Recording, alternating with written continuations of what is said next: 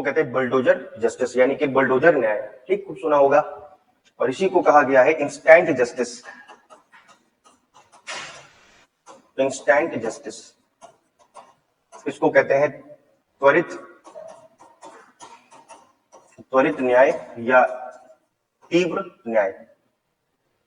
मालूम है क्या था ये होता था, और आप देखना ये यूपी में और एमपी में बहुत ज्यादा हो रहा था। इसका मतलब ये था कि अगर कोई भी पर्सन कोई क्राइम करता, मतलब क्राइम करने का आरोप लगता है, तो सरकार क्या करती थी, सरकार उसके घर को तुरंत गिरा देती थी बुलडोजर से। ये यूपी में एमपी में बहुत हुआ था, और इसीलिए यूपी में चूंकि ज्यादा हुआ, तो अब सुप्रीम कोर्ट का डिसीजन आया है। कल सुप्रीम कोर्ट ने गाइडलाइंस इशू कर दी है। ठीक है, अब वो गाइडलाइन अगर कोई नहीं फॉलो करेगा तो उसको कहा जाएगा कंटेम्प्ट ऑफ कोर्ट, मतलब इसको फॉलो करना ही पड़ेगा, दिशा निर्देश। और सुप्रीम कोर्ट ने ये भी कहा है कि ये जो बुलडोजर जस्टिस का कॉन्सेप्ट है, ये आर्टिकल 21 का वायलेशन करता है। तो इसलिए मैं आपको ये बता रहा हूं, ये मामला करंट में चल रहा है, बहुत ज्यादा कल ही फैसला आया है। सुप्रीम कोर्ट ने कहा कि बुलडोजर जस्टिस किन किन चीजों का वायलेशन करता है। सबसे पहले राइट टू शेल्टर। अगर आपको याद हो तो मैंने आपको राइट्स की लिस्ट लिखवाई थी आर्टिकल 21 में, तो उसमें मैंने लिखवाया था राइट टू शेल्टर, और हमने आपको कहा था आश्रय का अधिकार। तो ये जो राइट टू शेल्टर था, ये आपका चमेली के केस में आया था। ठीक है, उस केस का नाम था चमेली वर्सेस स्टेट ऑफ यूपी। उसमें सुप्रीम कोर्ट ने कहा था कि हर किसी के पास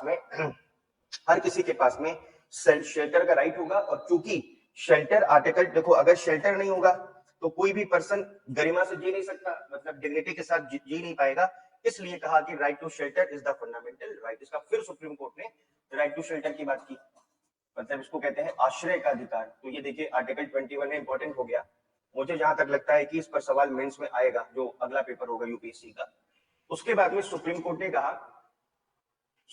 कहा कि जिसका घर आप गिराते हो उसमें आप तुरंत जस्टिस कर देते हो, और जस्टिस करने का जो काम है वो तो जुडिशरी का है। और मैंने आपको एकदम शुरुआत में बताया था कि एक प्रिंसिपल चलता है सेपरेशन ऑफ पावर्स, शक्तियों के पृथककरण का सिद्धांत।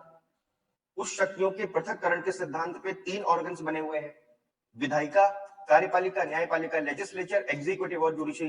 तो सुप्रीम कोर्ट ने बोला कि जस्टिस करने का काम मेरा है, जस्टिस तुम कर रहे हो। तो ये जो बुलडोजर जस्टिस का कॉन्सेप्ट है, ये किस प्रिंसिपल को वायलेट करता है, ये उल्लंघन करता है सेपरेशन ऑफ पावर्स का।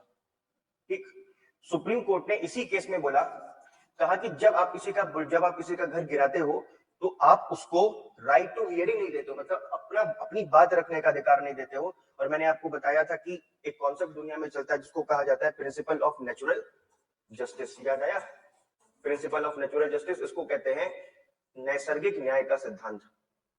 इसमें मैंने आपको 4 पॉइंट लिखवाए थे। इसमें पहला पॉइंट जो मैंने आपको लिखवाया था वो ये था कि जब डिसीजन दिया जाएगा दोनों पार्टीज को सुन कर दिया जाएगा। इसका मतलब यहाँ पे राइट टू बी हर्ड का कॉन्सेप्ट आएगा। राइट टू बी हर्ड का मतलब होता है सुनवाई का अधिकार। अब बताना, यहाँ पे जैसे सपोज करो कि आज किसी ने अपराध किया, मतलब आरोप लगा, और कल सरकार ने क्या किया, डीएम ने आदेश कर दिया कि उसका घर गिरा दो। अब यहाँ पे ये बताइएगा, क्या उस बंदे को इतना समय दिया गया कि वो अपनी बात रख पाए? नहीं दिया गया। इसका मतलब ये हुआ कि उसको ये वाला राइट नहीं मिल रहा है। और मैंने आपको बताया था, अगर ये वाला राइट नहीं मिल रहा है तो किस प्रिंसिपल का वायलेशन हो रहा है? वायलेशन हो रहा है नेचुरल जस्ट। देखा, इसीलिए मैं कहता हूं कि कायदे से पढ़ोगे। तो अब अगर आप लोगों ने ये सब ना पढ़ा होता तो आप जो सुप्रीम कोर्ट की गाइडलाइंस आई हैं उसको आप कभी नहीं समझ पाते कि सुप्रीम कोर्ट ने क्यों बोला है। और मैंने अभी आपको 2 ही 3 दिन पहले ये सारी चीजें डिस्कस की थी, और देखिए कल सुप्रीम कोर्ट का डिसीजन आ गया। इसीलिए कहते हैं कि पॉलिटी को डिटेल में पढ़ना जरूरी है, क्योंकि यहाँ पर सुप्रीम कोर्ट का कॉन्सेप्ट भी साथ साथ में चलेगा। केवल आपको ये नहीं कि इतना रट लो हो जाएगा, ये एप्लीकेशन का पार्ट है, मतलब आपको जो पढ़े उसको लागू करो। तो यहाँ पे आएगा वायलेशन ऑफ नेचुरल जस्टिस, यानी कि नैसर्गिक न्याय का सिद्धांत। तो ये सारी चीजें। उसके बाद चौथे नंबर पे सुप्रीम कोर्ट ने बोला, ध्यान से सुनिएगा, अब जो पॉइंट आ रहा है ये बहुत इंपॉर्टेंट है, 2 दिन पहले डिस्कस किया था। सुप्रीम कोर्ट ने बोला कि देखिए एग्जीक्यूटिव क्या करती है। एग्जीक्यूटिव आप जानते ही कार्यपालिका होती है जो कानून को लागू करती है। एग्जीक्यूटिव में 2 टाइप की मैंने आपको एग्जीक्यूटिव पढ़ाई थी, एक पॉलिटिकल एग्जीक्यूटिव पढ़ाई थी, एक पढ़ाई थी परमानेंट एग्जीक्यूटिव। ठीक है, राजनीतिक और स्थायी। राजनीतिक कार्यपालिका का मतलब था काउंसिल ऑफ मिनिस्टर, मंत्रिपरिषद, और जो परमानेंट एग्जीक्यूटिव थी इसका मतलब था ब्यूरोक्रेसी, जिसको कहा जाता है नौकरशाही। तो यहाँ पे जो एग्जीक्यूटिव है उसमें आएंगे डीएम, एसडीएम आएगा, तहसीलदार आएगा, पुलिस आईपीएस आएगा, आईएएस आएंगे, तो वो लोग क्या होते हैं, परमानेंट एग्जीक्यूटिव होते हैं। उन्होंने क्या किया, वो गए और घर गिरा दिया। इसका मतलब एग्जीक्यूटिव ने घर गिराया। लेकिन यहां पर आपको याद होगा, मैंने आपको पढ़ाया था कि प्रोसीजर एस्टैब्लिश्ड बाय लॉ, विधि द्वारा स्थापित प्रक्रिया, इसमें 3 शर्तें होती थी। कानून होना चाहिए, प्रोसीजर होना चाहिए, और जो एग्जीक्यूटिव है यानी कि कार्यपालिका, वो इस प्रोसीजर का पालन करेगी। ठीक, उसके बाद में मैंने जब आपको ड्यू प्रोसेस ऑफ लॉ बताया, जिसको कहा गया था यथोचित न्याय प्रक्रिया, उसमें 4 शर्तें होनी चाहिए। पहली तो यही 3 होंगी, मतलब लॉ होना चाहिए, दूसरी प्रोसीजर होना चाहिए, प्रक्रिया, तीसरी एग्जीक्यूटिव उस प्रक्रिया का पालन करेगी, चौथी थी यहाँ पर कि जो प्रक्रिया होगी या जो प्रोसीजर होगा वो जस्ट होना चाहिए, फेयर होना चाहिए और रीजनेबल होना चाहिए।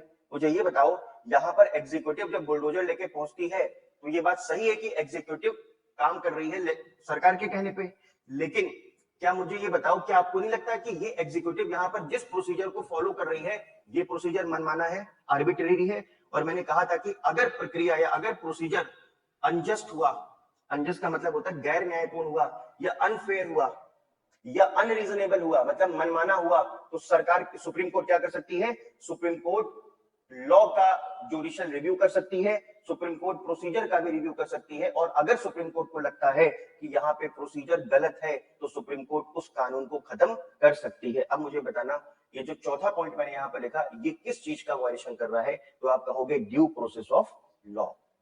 समझ में आ गया? ये सुप्रीम कोर्ट के जजमेंट में सुप्रीम कोर्ट ने कोट किया है कि आप किसी का घर अगर गिराना चाहते हो तो ड्यू प्रोसेस को फॉलो करो। ड्यू प्रोसेस का मतलब होता है रीजनेबल प्रोसेस को फॉलो करो या उसकी उचित प्रक्रिया का पालन करो। अगर आपने किसी का घर गिराया और वहां पे जिस प्रक्रिया के तहत गिराया वो प्रक्रिया मनमानी है, अनफेयर है, अनजस्ट है, तो हम उस प्रक्रिया को ही खत्म कर देंगे। इसका मतलब यहां पर सुप्रीम कोर्ट ने साफ शब्दों में कहा था ड्यू प्रोसेस ऑफ लॉ। समझ में आ गया? ये है आपका बुलडोजर जस्टिस क्यों गलत है। पहला, हर पर्सन के पास आर्टिकल 21 में राइट टू शेल्टर है। दूसरा, जब बुलडोजर जस्टिस के थ्रू हम जस्टिस करते हैं तो एग्जीक्यूटिव का काम जस्टिस करने का नहीं होता है, ये काम जुडिशरी का होता है, इसलिए ये सेपरेशन ऑफ पावर्स का भी उल्लंघन है। तीसरा, यहां पे जब किसी का घर गिराया जाता है तो उसको मौका नहीं दिया जाता कि तुम अपनी बात रखो, यानी कि नेचुरल जस्टिस का वायलेशन है। चौथा, जो जिस प्रोसीजर के तहत घर गिराया गया है वो प्रोसीजर मनमाना है, वो प्रोसीजर अनजस्ट है, अनफेयर है, तो यहाँ पे ड्यू प्रोसेस ऑफ लॉ का भी वायलेशन हो रहा है। ये आपका कॉन्सेप्ट है बुलडोजर जस्टिस का।